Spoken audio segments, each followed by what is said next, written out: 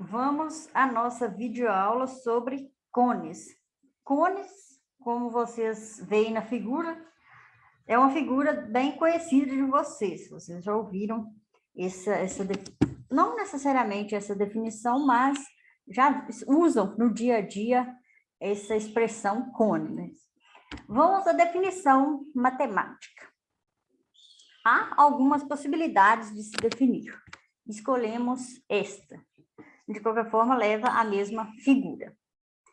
Para definir um cone, temos um círculo, aqui de centro O e raio R, um raio aqui, ou melhor, uma região circular, tá certo? Ou seja, o círculo mais o interior, e temos um plano alfa, que está no plano alfa, e um ponto V fora do plano alfa. E o cone é a reunião dos segmentos de reta com extremidade em V e a outra nos pontos do círculo. Então, qualquer segmento que está aqui do centro V até qualquer outro ponto aqui do círculo, eles fazem parte do cone. E a união de todos esses segmentos é o conjunto, né, que determina o cone. Então, o cone é um conjunto de pontos que considera também o interior da figura, ele é um sólido geométrico.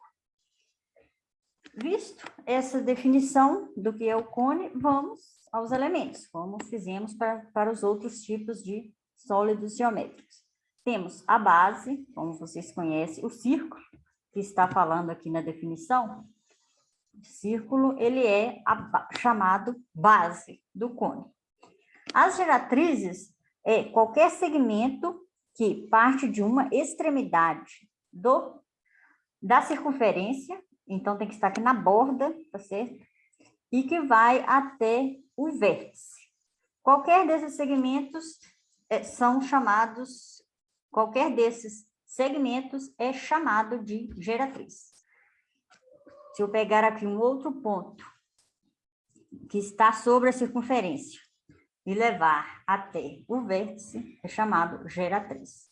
Temos geratriz do cilindro também, porém, são definidos de modo diferente, porque no cilindro não temos vértice, né? Mas se usa a mesma palavra, geratriz. Temos o vértice, então, no cone temos um único vértice, portanto, falamos o vértice, diferente da pirâmide.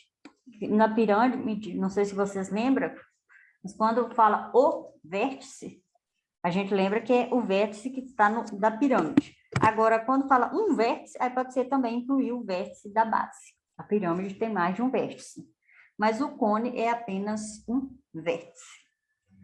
A altura, novamente, a altura pode ser definido como segmento ou também como comprimento deste segmento, né? Que é o que é a distância do vértice até o plano da base, até a distância do vértice até o plano que contém a base. Essa é a chamada altura do cone. Temos a superfície lateral. A nossa superfície lateral aqui são digamos assim, a fronteira do cone, a parte lateral. E temos a superfície total, que é a superfície lateral mais a base. Ou seja, a superfície total é a união da base com a superfície lateral. A união aqui desses dois, base e superfície lateral, formam a superfície total. Vamos ver a pouco alguns detalhes quando o cone for reto, algo sobre área lateral e área total também. Vimos os elementos, vamos à classificação. Temos alguns nomes para alguns tipos especiais de cones. Alguns tipos que têm algumas propriedades a mais. O cone oblíquo, assim como no caso do cilindro, quando aqui o centro tem uma inclinação, um ângulo diferente de 90 graus, a gente diz que ele é oblíquo. Quando o cone é reto, ou cone de revolução, esses dois nomes se referem ao mesmo tipo de cone, ele forma um ângulo de 90 graus aqui do vértice, ou melhor, quando eu faço a projeção ortogonal do vértice, ele cai sobre o centro da circunferência que determina quando eu projeto o vértice sobre a base, essa projeção ortogonal vai ser o centro da circunferência. Observe que aqui nesse primeiro caso, quando eu faço a projeção ortogonal, traço aqui uma reta perpendicular à base, um segmento perpendicular à base, obtemos um ponto, mas este ponto não está aqui no centro. Mas o que não acontece quando o cone é reto, que também é chamado de cone de revolução, devido a gerar esse cone fazendo a rotação desta área, desse triângulo, sobre o eixo. Então, rotacionando, a gente obtém um cone, por isso que esse cone é chamado cone de revolução. Portanto, quanto a essa inclinação, temos dois tipos, oblíquo ou reto. E esse cone reto também é chamado de cone de revolução. Da mesma forma que tínhamos na página anterior, nas páginas anteriores, com os cilindros. Voltando aí os slides um pouco, quando vimos a classificação, vimos que eles podem ser oblíquo ou reto, e que o reto pode ser chamado de revolução. Semelhante ao caso aqui dos cones, a mesma classificação. Isso, aqui que estamos. Agora, temos o cone equilátero. O cone equilátero é quando eu faço essa seção meridiana e obtenho um triângulo equilátero. Ou seja, temos aqui a geratriz e estes pontos formam um triângulo equilátero. Ou seja, a geratriz é igual à medida da base. E a medida da base desse triângulo é 2R. O raio, se o raio é R, a medida dessa base é 2R. Então, essa é a condição, é uma das condições para que o cone seja equilátero. A outra condição é essa, que esse cone é reto. Então, se ele satisfazer essa condição, G igual a 2R, e for reto, e reto.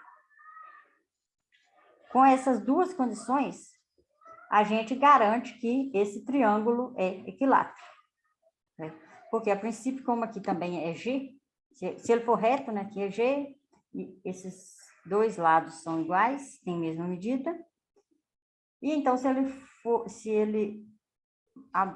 cada um desses lados for igual à base, então ele já vai ser equilátero. Certo? Então, tem esses dois modos de definir o cone equilátero. Ou que esse triângulo é equilátero, ou que ele satisfaz essas duas condições. Esse é o segundo modo de classificar o cone. Vamos agora ver como obter a área lateral de um cone. A área lateral, temos o seguinte modo, que é naquela ideia, né, naquela demonstração menos rigorosas. Há outros modos, usando outras técnicas que são consideradas mais rigorosas de demonstração.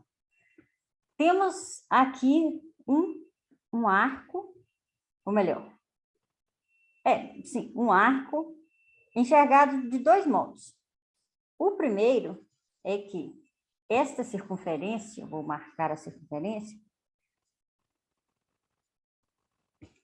essa circunferência aqui da base, ela, esticar um pouquinho aqui a minha circunferência, essa circunferência, ela tem medida 2πr, né? O comprimento dessa circunferência, se o raio é R, aqui é 2πr. Aqui eu peguei essa figura da nossa referência principal, aqui é R, ok? Então, aqui temos 2πr. O comprimento dessa circunferência é 2π vezes R.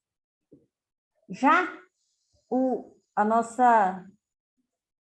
abrindo, digamos assim, pegando o nosso cone e cortando aqui um pedaço e abrindo ele, a gente obtém aqui esse setor circular.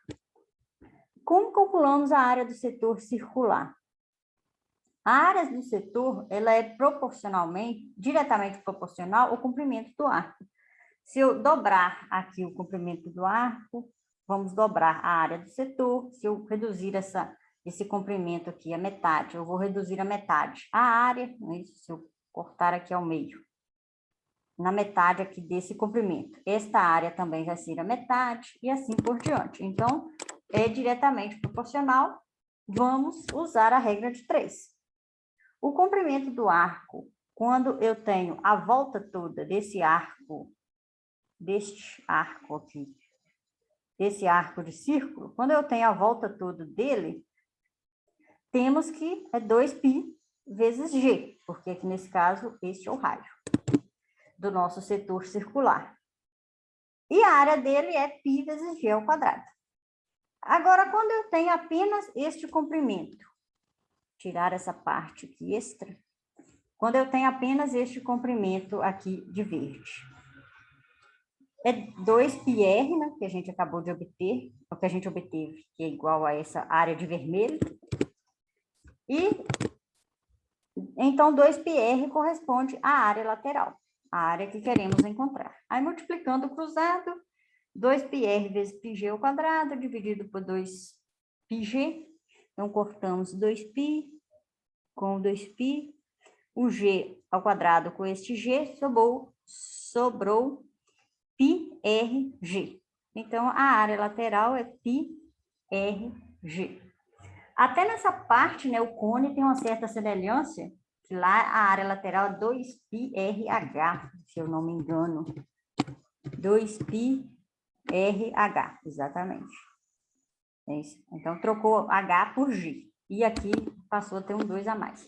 Mas é só uma observação, não se atenha a fórmulas. O importante é que você saiba que existe um modo de calcular e ter uma ideia da demonstração, uma ideia de como se chegou, também é importante.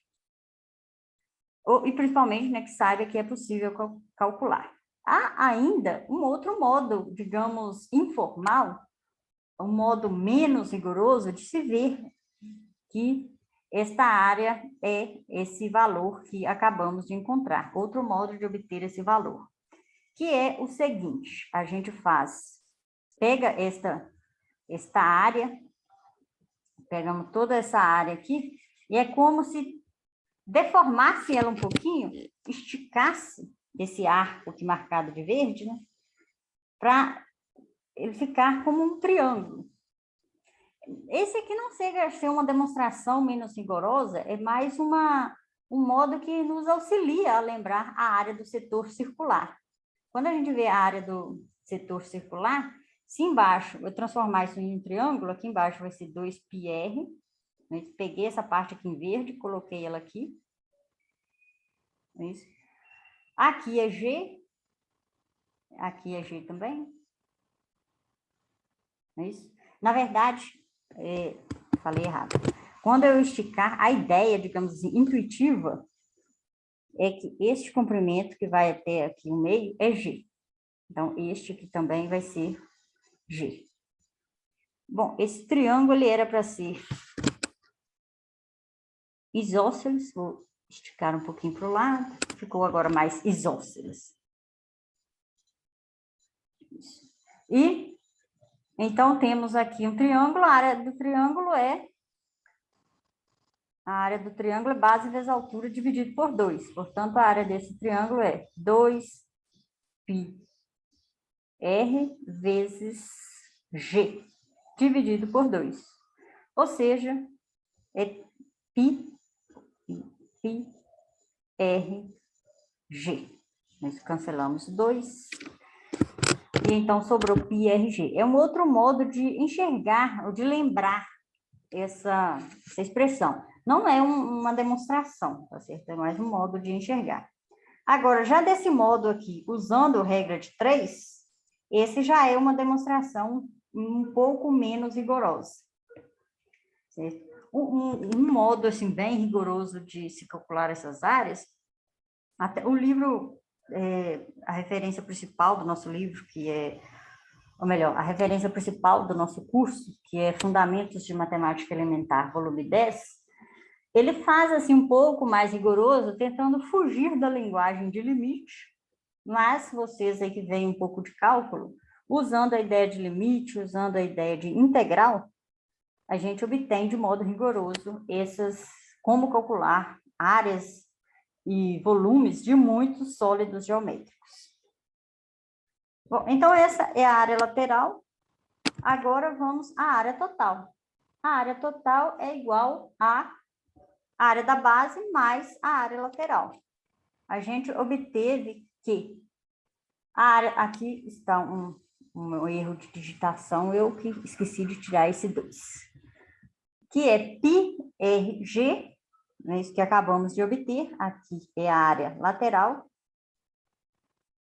mais, e aqui também não tem esse 2, mais πr ao quadrado. Então, a área total é πRG mais πr ao quadrado, que é esse πr ao quadrado, é a área aqui da base. Certo? Então, obteve a área lateral, obtém a área total, porque essa aqui é a área da circunferência de raio F. Temos agora uma proposição, não está na referência principal, peguei essa figura da referência principal e adaptei ela um pouco para colocarmos essa proposição, que essa proposição é usada para obter o volume do cone. Bom, essa proposição temos uma bem semelhante quando temos pirâmide, escrevi inclusive da mesma forma, troquei aqui essa palavra pirâmide por cone e escrevi do mesmo modo. Já vimos essa proposição nos slides anteriores, vamos ver ele aqui.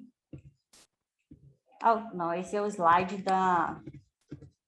Não temos nesse slide, mas está no outro arquivo que fala sobre pirâmide. Esse é o arquivo que fala sobre cilindros. Bom, o que diz esse resultado? É que quando passamos uma seção com um plano paralelo ao plano da base, a razão entre as áreas da seção e da base é igual ao quadrado das razões de suas áreas. Temos aqui a área dessa figura, que eu chamei de gama linha. Temos a área da base. E o que diz essa expressão é que a razão entre essas áreas é a razão das alturas, igual valia lá para as pirâmides. Nessa demonstração, vamos obter também esta igualdade, que também pode ser útil na resolução de alguns exercícios. E este resultado aqui de cima vamos usar para provar para encontrar o volume do cone. Vou fazer uma demonstração. Até agora tenho poupado vocês das demonstrações. O nosso foco agora está se tornando mais assim, usar as propriedades. Vocês aí serão professores, vão trabalhar e usar bastante isso, ao invés mais proveitoso do que talvez provar. Dá muito trabalho, gasta muito tempo da nossa aula. Vou fazer aqui um triângulo, aqui um ângulo reto. Peguei esse ponto V e projetei ortogonal aqui sobre o plano. Agora eu vou fazer um corte aqui, pegando desse lado, vou levar também até aqui, de modo que este ângulo seja reto. Apenas vou apagar para essa indicação de ângulo reto, para clarear um pouquinho a figura. E vou fazer aqui também esta figura, melhor, esse traçado. Temos aqui estas figuras, vou fazer a demonstração na próxima página, vou até copiar essa figura e colar ela na próxima página. Copiar e colar. Colar, vou colocar ela aqui do lado. Aqui no cantinho, né, porque vamos escrever bastante nessa página. Então, tenho aqui os pontos, peguei esse triângulo, colei aqui embaixo, vou escrever detalhadamente. Escrever os vértices. Aqui é o vértice V. Aqui embaixo, aqui era o ponto O', que era o centro da referência da figura de cima. Esse aqui foi o chamado centro do cone de baixo. Bom, vou chamar aqui de P' e embaixo de P. Abriu aqui uma janela indevida. Aqui é P, ou melhor, aqui é P' e aqui embaixo P. Aqui eu vou chamar de Q'. Bom, vou chamar aqui por enquanto, ainda não. Se eu precisar, eu escrevo depois. Bom, acho que vou precisar sim. Aqui vai ser Q'.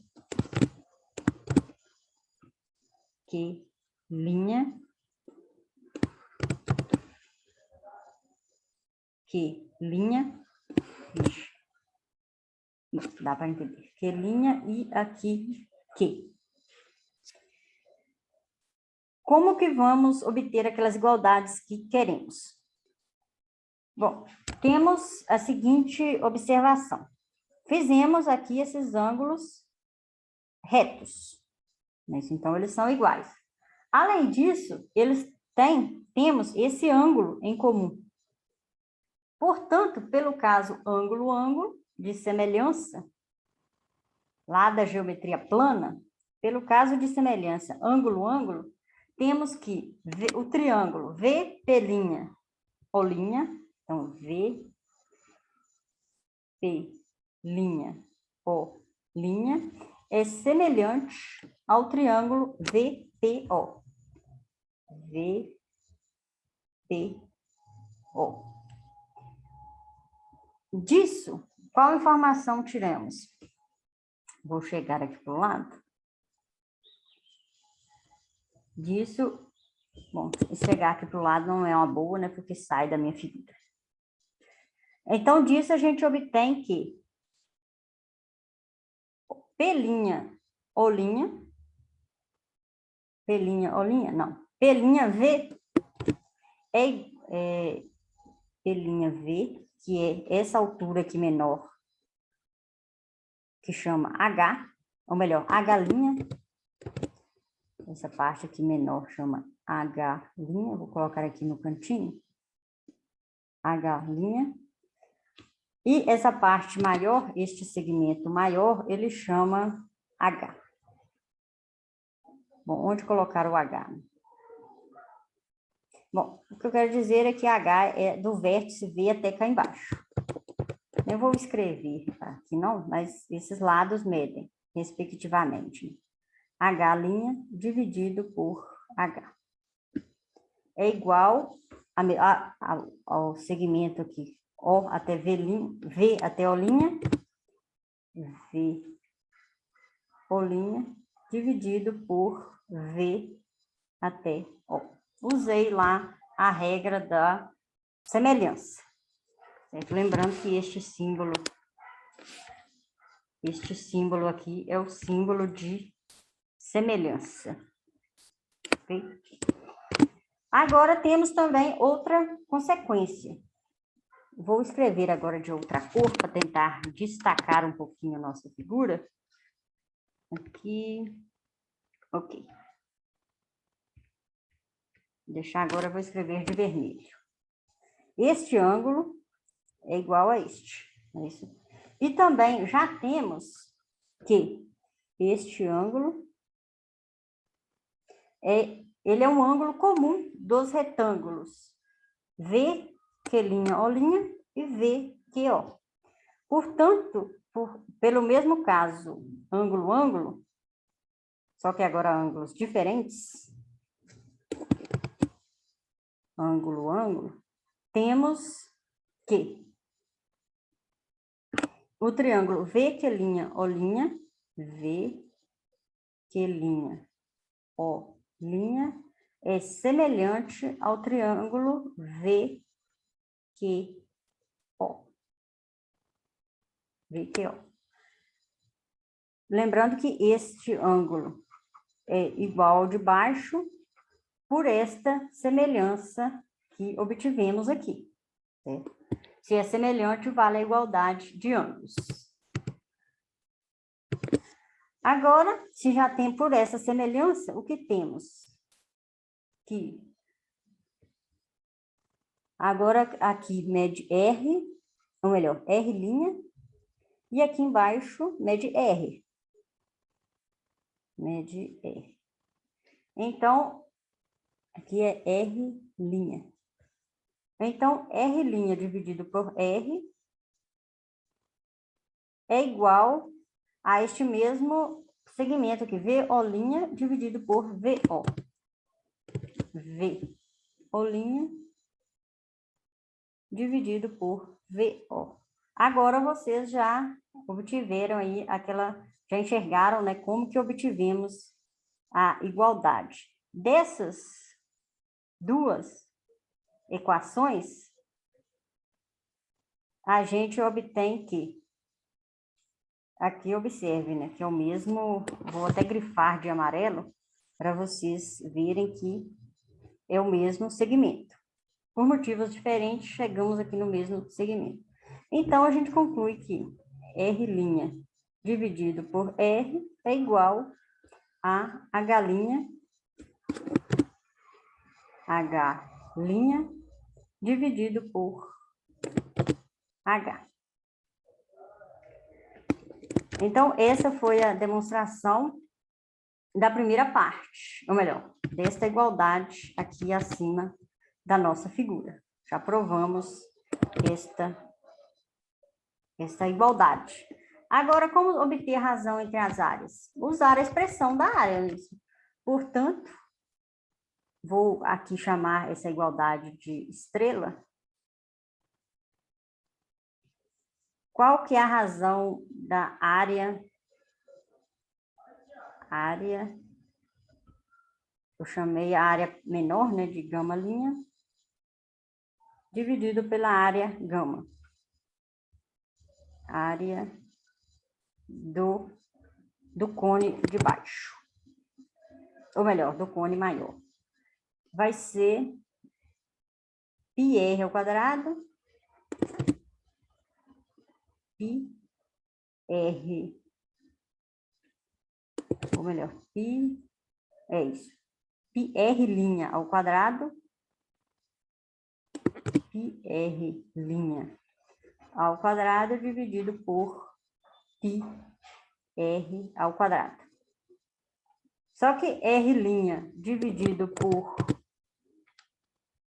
por R é igual a H' dividido por H. Por esta igualdade estrela, a gente obtém que esse termo é igual a H'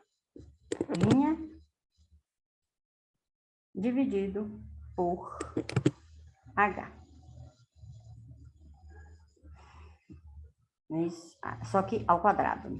A gente usa essa expressão para chegarmos nessa igualdade, que é o que a gente queria provar. Provamos aqui esta segunda desigualdade. Certo? Então, usando semelhança de triângulos, esse caso ângulo-ângulo, duas vezes, a gente obteve essas igualdades. Agora, vamos usar esta proposição para vermos qual é o volume do cone. E usar essa proposição e usar também o princípio de Cavalieri. Bom, o volume dos cones, usamos a seguinte proposição, né? Usamos o princípio de Cavalieri. Então, o princípio de Cavalieri, a gente quer descobrir o volume deste cone, deste cone todo, e construímos aqui um tetraedro, ou pode ser uma pirâmide, que não necessariamente um tetraedro, pode ser base quadrangular, triangular, etc. Não necessariamente triangular. E nessa pirâmide, por construção, a gente construiu essa pirâmide de modo que essa área beta B2, ela é igual a B1. Construímos desta forma.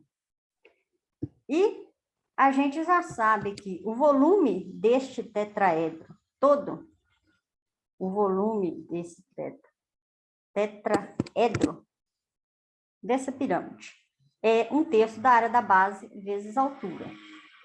Vou colocar o volume da pirâmide é igual a 1/3.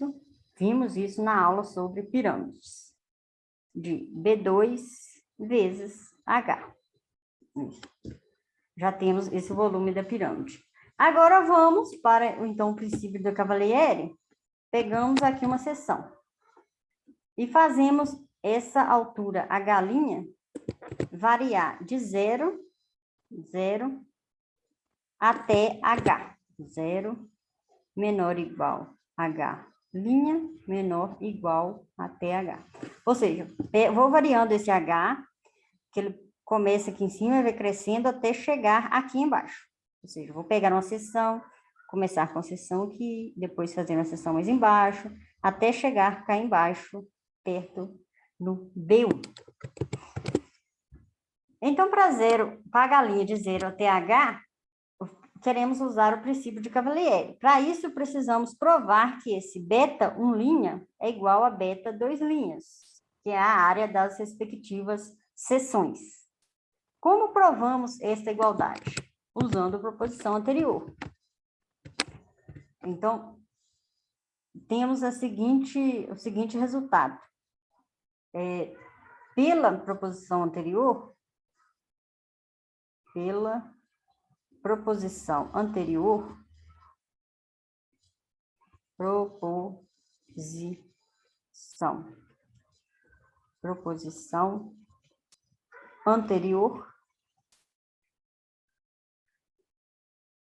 temos que, voltando à nossa figura, que beta 1 dividido por beta 1' é igual a H dividido por H' ao quadrado.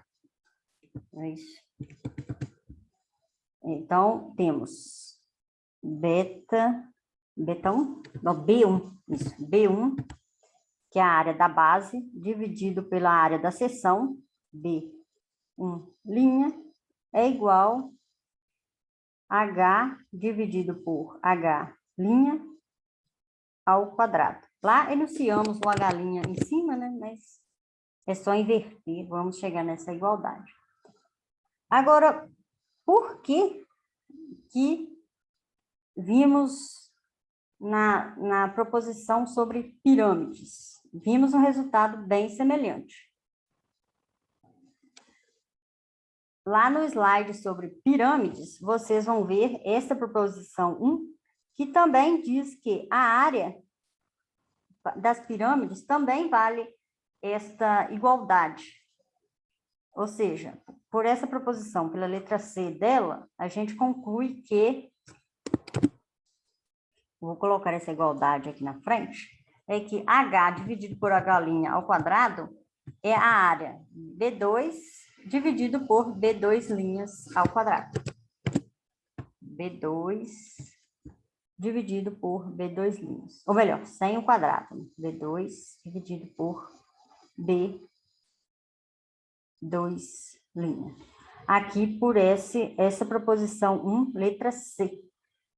Eu vou colocar assim, aqui na nossa igualdade. Proposição 1, letra C. Proposição 1, aqui, C. Então, a gente obtém esta igualdade usando essa proposição lá que vimos quando falamos de pirâmides. Essa proposição. Bom, então, provamos que, como por hipótese, beta 1 igual a beta, ou melhor, queremos chegar nisso, né? Por hipótese, temos que beta 1 igual a beta 2, ou melhor, por construção. Então, com esse valor, a gente conclui que beta 1, ou melhor, que beta 1' é igual a beta 2, ou B2', por esta expressão aqui, certo? Então, bom, vou chamar aqui essa expressão, vou deixar assim mesmo, sem usar esse valor, mas sabendo que com esta igualdade a gente obtém esta implicação aqui embaixo. É isso. Portanto, pelo princípio de Cavalieri, como a gente provou isso para todo H' de 0 até H, pelo princípio de Cavalieri, vou escrever na mão mesmo. Pelo princípio de Cavalieri, usando, né, essa informação, podemos usar o princípio de Cavalieri.